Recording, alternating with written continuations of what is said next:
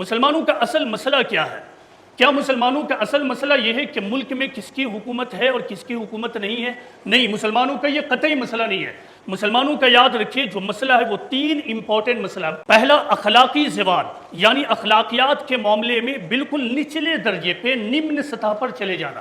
دوسری چیز ہے تعلیمی زوال، یعنی تعلیم کے میدان میں مسلمانوں کا بالکل نیچے چلا جانا۔ اور تیسرا اہم ترین نقطہ ہے مذہبی پوائنٹ آف ویو، مذہبی اعتبار سے، وہ یہ ہے کہ مسلمانوں نے بعد کے زمانے میں دعوت اللہ اور شہادت الناس کی ذمہ داری کو ترک کر دیا ہے، اور قرآن و حدیث میں یہ بتایا گیا ہے کہ مسلمان خواہ کتنی اچھے کنڈیشن میں ہوں، اگر مسلمان خدا کے پیغام کو تمام انسانیت تک پہنچانے کے لیے نہیں اٹھ کھڑے ہوں گے تو پھر اللہ تعالیٰ کی نصرت اور مدد ان کے ساتھ نہیں ہوگی۔ تو ہمارا کام یہ ہے کہ ہم مسلم امت کے درمیان، مسلمانوں کے درمیان ان 3 پوائنٹ پر کام کریں گے۔ مسلمانوں کی اخلاقیات کو، مورالیٹی کو اور کیریکٹر کو بلند کرنا، مسلمانوں میں ماڈرن ایجوکیشن کو پروموٹ کرنا، اور مسلمانوں میں دینی اعتبار سے یہ جذبہ پیدا کرنا کہ مسلمان تمام انسانیت تک خدا کا پیغام پہنچانے والے بن جائیں۔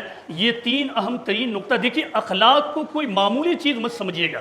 پیغمبر اسلام محمد صلی اللہ علیہ وسلم نے 23 سال کی مدت میں، محض 23 سال کی مدت میں، جو عرب کے علاقے میں اور اس کے اطراف میں، سراؤنڈنگ میں جو غلبہ حاصل کیا تھا، کیا آپ کو لگتا ہے کہ محض غزوہ بدر اور غزوہ احد اور حنین کے ذریعہ حاصل ہوا تھا؟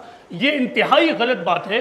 یہ تو مجبورانہ صورتحال تھی۔ اصل جو چیز تھی وہ یہ تھی کہ ایک طرف پیغمبر اسلام اور آپ کے ساتھی تمام لوگوں کو خدا کا پیغام پہنچانے کے لیے حریص بنے ہوئے تھے، بچے کی طرح ایک ایک آدمی کو پکڑتے تھے اور خدا کا پیغام پہنچاتے تھے، بتاتے تھے کہ اس دنیا کی حقیقت کیا ہے اور آخرت کیا ہے۔ اور دوسری چیز یہ ہے کہ اخلاق کے معاملے میں پیغمبر اسلام اور آپ کے ساتھی صحابہ، وہ پورے کمیونٹی اور پورے عرب سوسائٹی میں سب سے زیادہ بلند مرتبہ تھے۔ لہٰذا دشمن بھی پیغمبر اسلام کے بارے میں یہ رائے رکھتا تھا کہ پیغمبر اسلام جھوٹ نہیں بولتے ہیں۔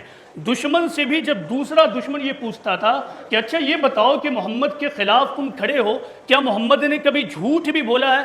تو لوگ کہتے تھے کہ نہیں، محمد نے جھوٹ کبھی نہیں بولا ہے۔ یہ تھا اخلاق کا معاملہ۔ اور آج ہمارا اخلاق کیا ہے وہ ہمیں خود دیکھنا ہے کہ ہم جھوٹ بولتے ہیں، ناانصافی کرتے ہیں، ظلم کرتے ہیں، ہم وعدہ خلافی کرتے ہیں، ایک دوسرے کے ساتھ ہمدردی کے ساتھ نہیں رہتے ہیں، اور ذرہ برابر اگر ہمیں کسی سے تکلیف ہو گئی تو پھر تو ہم اس کے ساتھ ناانصافی ہی کرنا اپنا حق اور جائز حق سمجھتے ہیں۔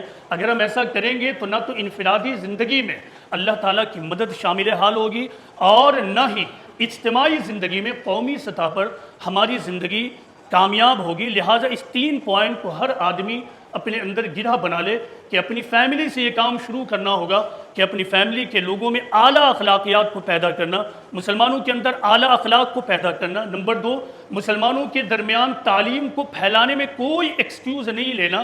کسی کے پاس اگر پڑوس میں پیسہ نہیں ہے تو جو لوگ پیسے والے اور خوشحال ہیں ان کی یہ ذمہ داری دینی اعتبار سے بھی ہے اور سماجی اور اخلاقی اعتبار سے بھی ان کی یہ ذمہ داری ہے کہ وہ اپنے سماج کے غریب اور ہونہار بچوں کی ذمہ داری لے اور پھر اس کی تعلیم کا بندوبست کریں۔ ہمیں یہ کرنا ہوگا، ہم یہ کریں گے تبھی یہ ممکن ہوگا کہ ہمارا تعلیم میں گراف آگے بڑھے۔ اور آخری بات کہ ہم دعوت اللہ کی ذمہ داری کو سمجھیں، یہ امت محمدی کی منصبی ذمہ داری ہے۔